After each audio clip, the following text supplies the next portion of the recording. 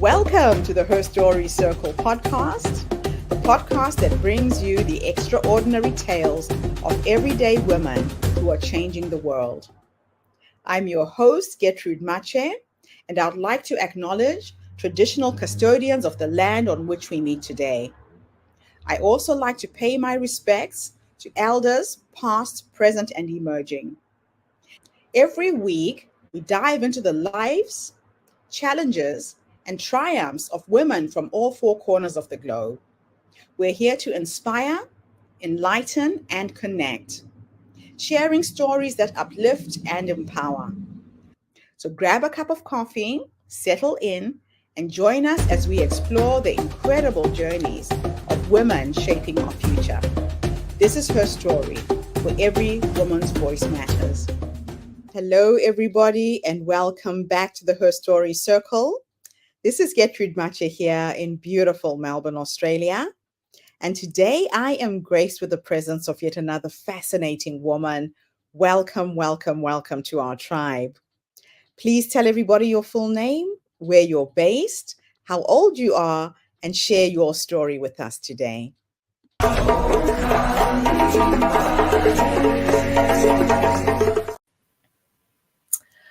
Hello, good evening, good morning, wherever you are. My name is Rupi Dhillon, and I'm a mindfulness and spiritual meditation teacher. I don't like to call myself a coach because I don't coach people. I literally teach you how to do meditation, and that it involves various methodologies and various forms of meditation. I'm 52 years old, born and brought up in India, and then moved to UK at the age of 19 and found the spiritual space from the age of 13, and has been a journey which kind of shifts and flows as life flows. And I'm grateful to be at that space where I am today. Despite all the challenges, despite all that life had to bring forward, the ups and downs, the highs and lows, I accept and move towards life with grace and hopefully humbleness and kindness. I don't have any regrets in my life. So I believe in the journey that, your life is charted out for you, which you have chosen to experience in this space and time, designed by you. So why do we need to have any regrets? I will now be sharing little space of what I do to uplift my energy and uplift my space whenever I need to change how I'm feeling, change my mood, and just sometimes connect to the divine presence. I use various methods, and this is just one of them.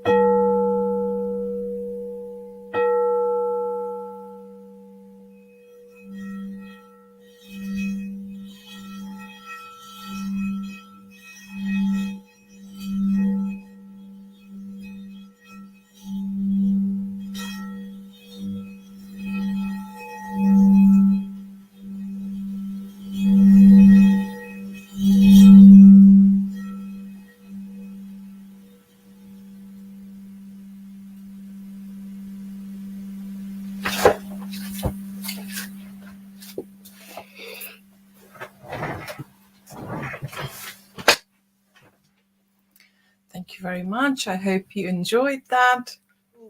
Can you share your journey in becoming spiritual, compassionate, and empowering other people as a mindful coach, and how your personal experiences have shaped your approach? So, like I introduced myself, that, I'm born and brought up in India. Till the age of 19, I've lived there. I've done my schooling there. And fortunately, I've lived in a joint family, which meant that, a lot of support, a lot of love, and a lot of care being provided, which is sometimes so important to nurture you as a human being in your initial stages. And I thrive with community and community service, which in Indian culture is called seva, which means giving selflessly. And I remember being a very child who was always questioning. Nobody could satisfy the desire to just have whatever answer was given, ending up with why. And that why has been very transformational in my journey. I remember being the age of maybe about 11 or 12 and going up, to the terrace and watching the sunset. I've always loved nature as a child, from the time I can remember, as far as memory goes. I've loved sunrise, sunsets, something, to do with nature, deep forests, riversides, walks around the riverside, moon, stars. I'm very nature kind of a person. And I remember watching that sunset, and it's still so vivid that if I close my eyes, I can actually tell you the colors which were there that evening. The pinkest of skies, very dash of purple, and orange to the most beautiful color you could think of. And the combination of it is that I'm watching it as the sun is going down over the mountains. So you can, kind of picture that. As the sun has set, I remember having this question in my mind, or, in my heart: what is life? And the first person as a child you can go to is your parents. Yes. And my dad, I approached him. And because I was a very sheltered girl growing up, my father just patted on my head like parents do. And he was like, it's okay. You don't need to know the answers to these things. Don't worry too much. But, once that question pops up, until you don't have the knowledge or the, desired answer to it, which satisfies you, it shouldn't make sense to anybody else, but it satisfies you. Yeah. And then I went searching with that question to my grandma. And my grandma was very, very intuitive kind of a woman, having seen a lot of things in her life, having witnessed the biggest, partition India experienced when India and Pakistan was made in 1947, and having journeyed through from the other side to the Indian side. They had seen a lot. And she was the woman who was very short, but very powerful. And she sat me down and said, it's okay to have these questions, but necessarily doesn't mean that you will find the answer to it now. Because as you grow and as life happens, the answer will change and the answer will be adapted. So she said, right now, life is just doing what you're doing, studying, enjoying your childhood, and enjoying the food. Because I come from a culture where food is very integral part of, your being. Yes. To my surprise, that answer kind of satisfied me. And then I started experiencing things in my space time where, I would know certain things before they happened, or I would experience a certain kind of surge in my body, which now I know is called the surge of energy, or, you experiencing something divine. And then that energy is showing you a feeling of connecting with the divine. Mm-hmm. So on and off, the journey continued. And then, as we know, life takes over, schooling took over, then after that, higher education took over a little bit. And then I got married at the age of 19. A child who had never stepped out of her home and her close-knit family, and then got married and came to the country of United Kingdom at the age of 19. And Okay. I was very naive. I was still very naive. I was not, when I look at 19-year-olds and even 12-year-olds, they are so smart and clued in to their surrounding, to how to adapt quickly in life. But if you've never had that chance, you find it difficult to Yeah. adapt. So then what you do is you rely on your senses. And that's when my senses, my intuition really kicked in. Mm-hmm. And the space of experiencing things before they happened kicked in. And now we all know that that is, your body trying to keep you safe, your intuition telling you the best way to guide you when you are not aware of how to further progress in life. Mm-hmm. And then I adjusted to life in this country. But then I also experienced life through a different point of view. Having always been sheltered and taken care of all my needs, I now had to start looking for a job. I now had to start trying to run a house, which I had never done. And that took a lot of faith and courage to move forward. It Mm-hmm. might sound very tiny thing to somebody who's probably already doing that, but for somebody who has never done all those things, Yeah. felt a huge step. It was my first leap of faith I had to take. Yeah. And then I experienced, unfortunately, I experienced domestic violence and domestic abuse, not just by my ex-partner, but also by the family around him. Because I came from a family where, everybody looked after each other. And here life is very different, functions very different in Western worlds. And that didn't somehow materialize into my space in my, now family. Mm-hmm. And unfortunately, then that continued. But I was then blessed with 3 beautiful kids from that marriage. Mm-hmm. And I truly believe that that was me going through a very dark space to take out the 3 diamonds, as I call them, which are my, kids, from that space, because I had to do that journey. And that was the only way I could gain my children. I could only have access to my kids from that space and that way. So that lit me that, support a little bit, having the kids. Mm-hmm. And even though I had the kids, I was still living life very naively, only happy within my bubble, not venturing out more than outside my bubble, which I had created, which was, my ex-partner, my 3 beautiful daughters, and me, and just working and living life. Until I lost my dad in 1999, just after the birth of my 3rd daughter.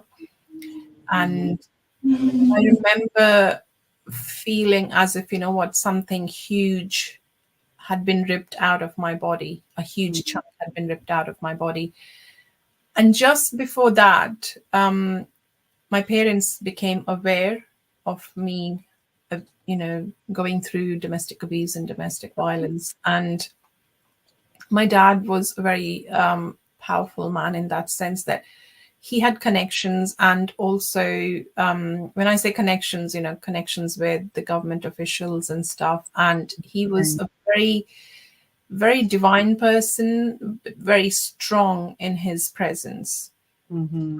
And a very stern warning was given, and then as you do, you try and make the best of the situation, you try and make the best of life.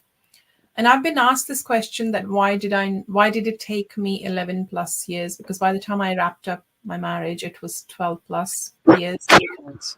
And I've been asked this a couple of times, why Right. has it taken me so long? Mm-hmm. There's no simple answer to that. The Mm-hmm. best answer I can give you is that I didn't have a family support, which could have taken the decision to step out of the marriage before Yeah. it had that. And B, financial support was not there for myself as well. Even though I was earning, there was the earnings were not being kept with Mm-hmm. me. It was used in the household. And so that is second reason. And the third reason, which I think is many of the ladies who've experienced this space, know that that little word we use, hope and faith, that maybe things might change, maybe things will change. Yeah. And what happens is you get snippets of that change being shown to you. Mm-hmm. And when that snippet of that change takes place for a short period, you kind of think, oh, probably, things are going to change now. So that happened. And by the time, we wrapped up the marriage, I was the mother of 3 kids, and um, started life again. Dang. Um, I've been asked this question as well, Gertrude, that do you hold any grievances towards your ex-partner or the family members? Right. And I won't lie, I did. For a little while, you do, because, you're human at the end of the day. Yeah. Um, you are going through emotions, and as you learn to navigate life, and as you learn to navigate your own emotions, being a mother, being a woman, especially being a woman of color with no support, family support, Yeah. important, um, you kind of tend to then just row the boat as you can to the best of your ability. Yes. Okay. And things have changed a lot in UK in the last, I would say, 10 plus years, where domestic violence and domestic abuse is concerned. Right. And being a woman of color, even the law wouldn't take you seriously, Mm-hmm. because you do this dance where you actually seek the support of the law, but when Right. it comes to the crunch of it, you get fearful and you step back and you take back all the charges and you don't go forward with pressing the charges and stuff. So I Yeah. did that dance as well. Yeah. um you know Most women do.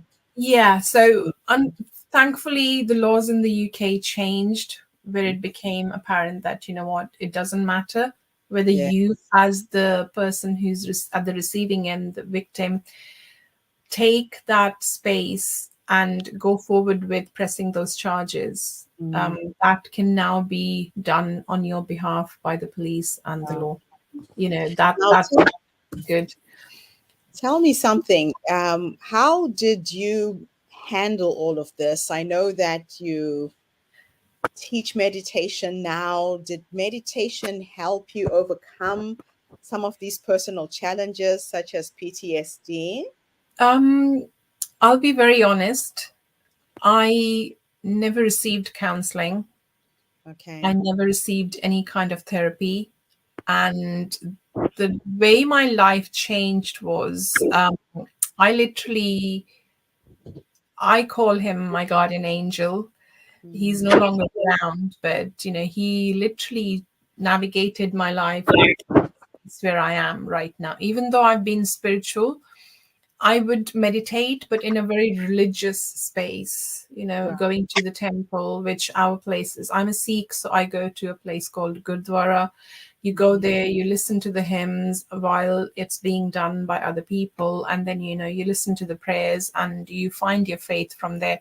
So Right. the question, simple question answered, is to your question, that it was faith. Right. Faith that, what, I need to stay alive. I need to get through this for the sake of my three daughters who were Right. very young. They were all under the age of 10. Okay. And I literally then, put all my energy and trust and faith in the divine, because that's what you do when you don't have anybody around you physically to support you. You seek the divine support. Yeah. And surprisingly, that divine support is always there. But you know what? We get so busy in life that we tend to forget. Yes. And there's a beautiful poem, I've read. I think it's a poem, I think, which originates from Christianity, if I'm not wrong, where, you see the footprints in the sand. Yeah. That's one of my favorite poems. And, I truly believe that when I couldn't carry myself, Yes.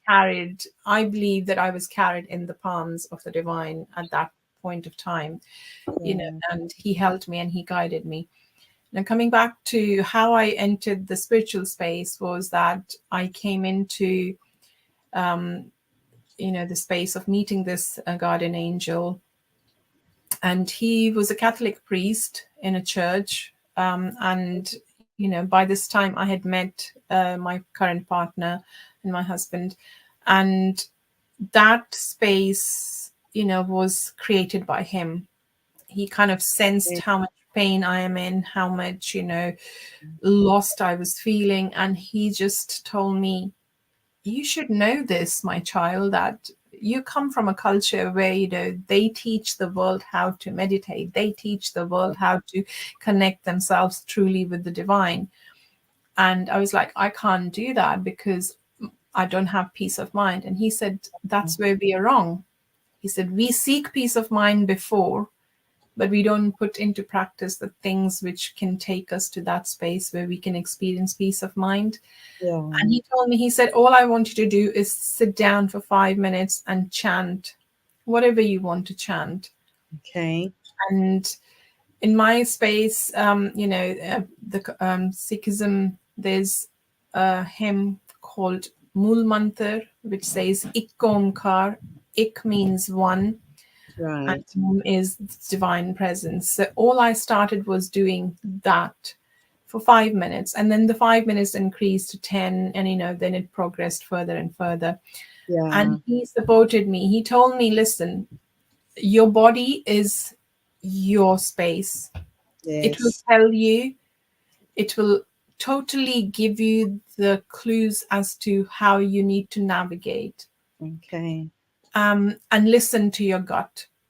Listen to your gut. And I've kept that going. It's And such a then, blessing to have had someone like that in your life at that stage. yes, yes. And, the most loving thing was that he didn't have to do all of that. Hmm. He just did because he saw at that time my, current partner. We were still in the space of, kind of figuring out what we need to do with our relationship. Right. And things were not really great in that space between us at that time. And he must have picked up his energy and then connected somehow to my energy, Yeah. and then probably when they got talking, that's when, he decided, no, I need to, step in and support this lady. And then by the time we kind of, had finished the first couple of months, he almost became my adopted father, and he would never call me by my name. He would just always say, my darling daughter. Wow. And, That's beautiful. that, yeah, and that gave me a lot of space. Having lost my father, Yes. then it became very, very, comforting space to have, and somebody to guide me and, kind of help me navigate my space. Space. Yeah. Now tell me something. You help individuals find bliss and grounding. I know you run various workshops. Tell us a little bit about your work and how you're helping other people now. My in-person meditation classes are called Pause, Breathe, and Be. So, Mm-hmm. the classes give people the space of coming to that, safe space and Right. very quiet and connective space where you are able to actually, through the guided meditations I do, just take some downtime, connect with your breath, and then just be. So, that is one way. And then the second way is there is a program called ACOM. ACOM means, you connecting to yourself. And Right. when I was choosing my business name as well, I was trying to figure out what to kind of, put All the the name or call it. yes. And I literally just remembered that it's you connecting to you. So the name Atam Nirvana, Atam means yourself in Sanskrit, Right. you. And then Nirvana, obviously, we all know is the ultimate bliss we are all trying to search and Mm, experience. The reason I put Nirvana is because Atam on its own was not available. So I was like, but I right. really like this name. I want to have that. And then the Yes. suggestion was given that, okay, you can probably put Nirvana, when I was searching for domain names. And that's Right. how the name kind of from Atam, it just went to Atam Nirvana. Yeah. Okay. Now I know that you're also creating amazing candles. Yes. How do they complement your meditation and spiritual practices? What inspired you to launch that? So this was a time just before, COVID happened. I Okay. was trying to get some candles ordered on Amazon and Etsy. And I think it was a lady I connected on Etsy, she had put down meditation candles. Right. And when I kind of gotten in touch with her and questioned her as to, okay, what makes the candle specific for meditation purposes? Right. Her answer was very vague. Oh, yeah, they're just called meditation candles. And I was like, that doesn't sound, like a meditation candle. Because, Yeah. if you are a person who connects with energy and you believe in the, form of energy, and you know that everything has the energy, and you Yes. can, infuse energy into certain things as well. Yeah. Meditation candles don't just become meditation candles because they are named meditation candles. There's a lot of thought process. So then I was kind of almost being guided and name dropped by a lot of people. So, we are looking for this, and, it would be nice to have probably a candle business. And candles kept coming up in my space. And I Okay. truly believe that if something is being shown to you, Yeah. there's room probably for you to explore that space. Right. So then COVID happened, and I was turning 50 at that time. Mm-hmm. So I would say, as selfish probably, or as, full of pride it might sound to others, I take absolute ownership of this, that was my gift to myself for my 50th birthday to begin with. And Yes. then I literally just put in a little bit thought process in it. So the way I create them is that I'll give you an example. So, my candles are very luxury based as well, yet there are some which, help you find that space with solitude, pause, and, experience Yes. the spiritual space of it as well. And one of them is called mudita. So mudita is the other word of joy in Sanskrit. And Okay. is, if I'm making that candle, I will search for hymns which give you that feeling of joy, and it could be from any culture, Right.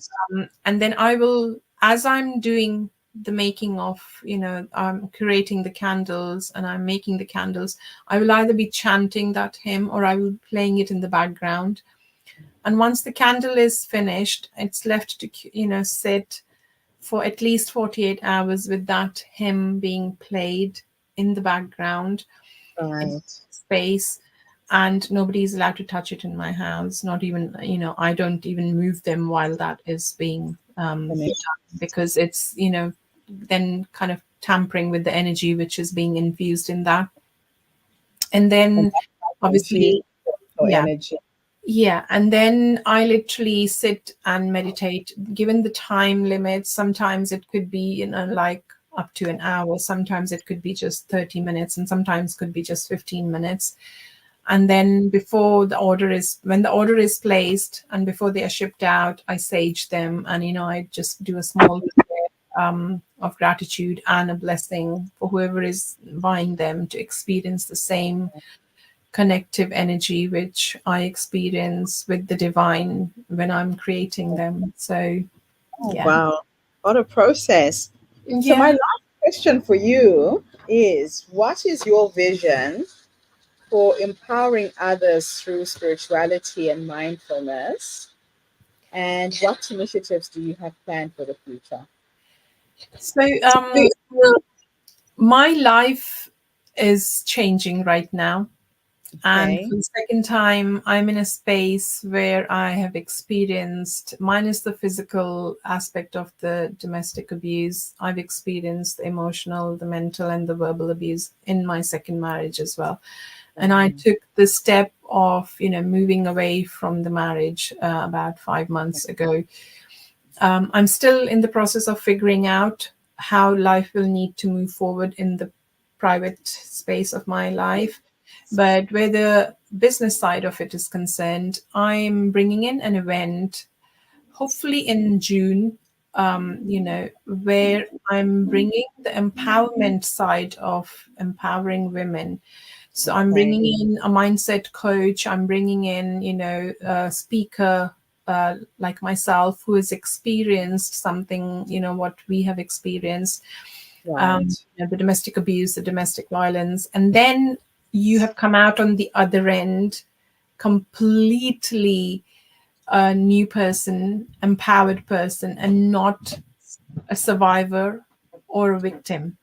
I Right. don't like to call myself a survivor as Mm. well. And I definitely don't see myself as a victim. Victim. Yeah. I see myself, the word I use is a thriver. So I I like thrive. that. I thrive because, you know what, those are the situations which needed to take place for me To to grow. reach this point of time where I'm now 52, having stepped into my 53rd year of, life, going around the sun and enjoying every single second of it. Mm. Um, as much as I would not like to experience the lows, but we all know that, when we are in our comfortable space, we don't grow, we don't evolve, we don't shift to the next level of ourselves. So Yes. I now gracefully and humbly, little bit begrudgingly, do enjoy the not so good moments of life, which life brings forward and presents on my plate. And through that program, I'm hoping to support women who are in the similar spaces, experiencing life in unhealthy relationships. And it doesn't necessarily have to be relationship which is, of a marriage, which is of a live-in or, a partner. It could be any space, where the relationship is experiencing that kind of toxic behavior. Right. So, in that space, I'm bringing in, like I said, a mindset coach, speaker, somebody who's turned their life around. Then there's going to be a support for the lawyer. And then in the UK, we have the local authority who can support you in circumstances like that. So I'm bringing in somebody who's got knowledge of how to provide that service. And then Okay. the day, so the first, it has got two days, so the Right. offset is going to be a day, which is going to be like a taster session. And in the Right. back of it, there is a 2-day training program. And in that 2-day training program, you experience a lot more in depth the mindset, in depth Right. the lawyer, law side of the support you get, and the local authority side. And then finally, I'm also bringing in at that point of time somebody who's a business coach, because Okay. as much as we want to, step out of these situations we sometimes find ourselves in as women, and not just women, even men as well. Right. We do stay back for two main reasons. One is either we have lost all our confidence and the mindset to take Yeah. a step out of it. And number two, which is one of the biggest reasons, is the finances. When Yeah. you haven't got the finances and you're relying on somebody else to take care of that, it's very difficult to step out of your comfort space. So every woman has got a set of skills. I truly believe every woman has got a set of skills which they can then turn into earning, which then can give them a little bit of financial stability. And even if we don't have the skills, we will find something which probably you can Yes. lies from within the skills which you already have, or we can point you in the right direction to get those skills updated. Yes. So that is what my vision is, and that will also include how to teach people to tap into their own energy, how to connect with their own intuition, connect with their heart, and rely more on your heart, because I truly believe that your heart doesn't lead you astray. So if I had to give you a final message, or a message which I truly believe and follow to the T, is that don't have any regrets to who you are and what you have had to experience in your life to reach this point. What happens is, when we have those regrets, we literally are taking away all our struggles, all our triumphs, and all the things we had to do to overcome those steps, those lows, to reach the point where you are today. Regret washes away all of your previous experiences and the person and the journey which took for you to come to who you are today. And if you're in a space where you are unsure of what your journey looks like, all I will say is just to have faith and belief in yourself that the divine is guiding you to the best space you need to be. Thank you. Wow. Thank you so much for coming online and sharing your wisdom, your music with us today. Thank Absolutely you. honored to be connected with you in this way. And I look forward to you coming to speak at our conference in the UK. Oh, I'll be that would be announcing those wonderful. dates. Thank you. Yes, this is absolutely awesome. And thank you to everybody who tuned in today.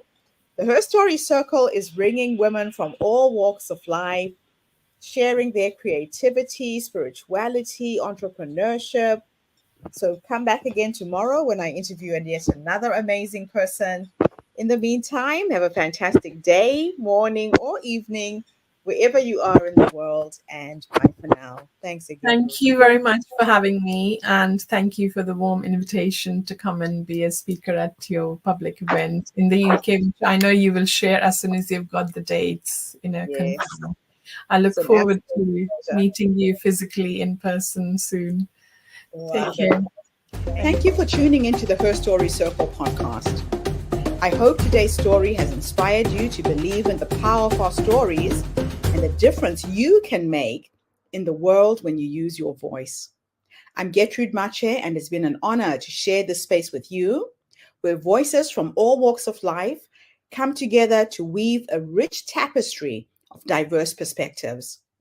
Don't forget to subscribe, rate, and review our podcast to help us share these stories with more listeners. Follow us on social media by looking for the Her Story Circle podcast for more updates. And join us tomorrow for another episode filled with courage, resilience, and empowerment. Remember, your story matters, and together we're building a stronger, more inclusive world. Until next time, keep making her story.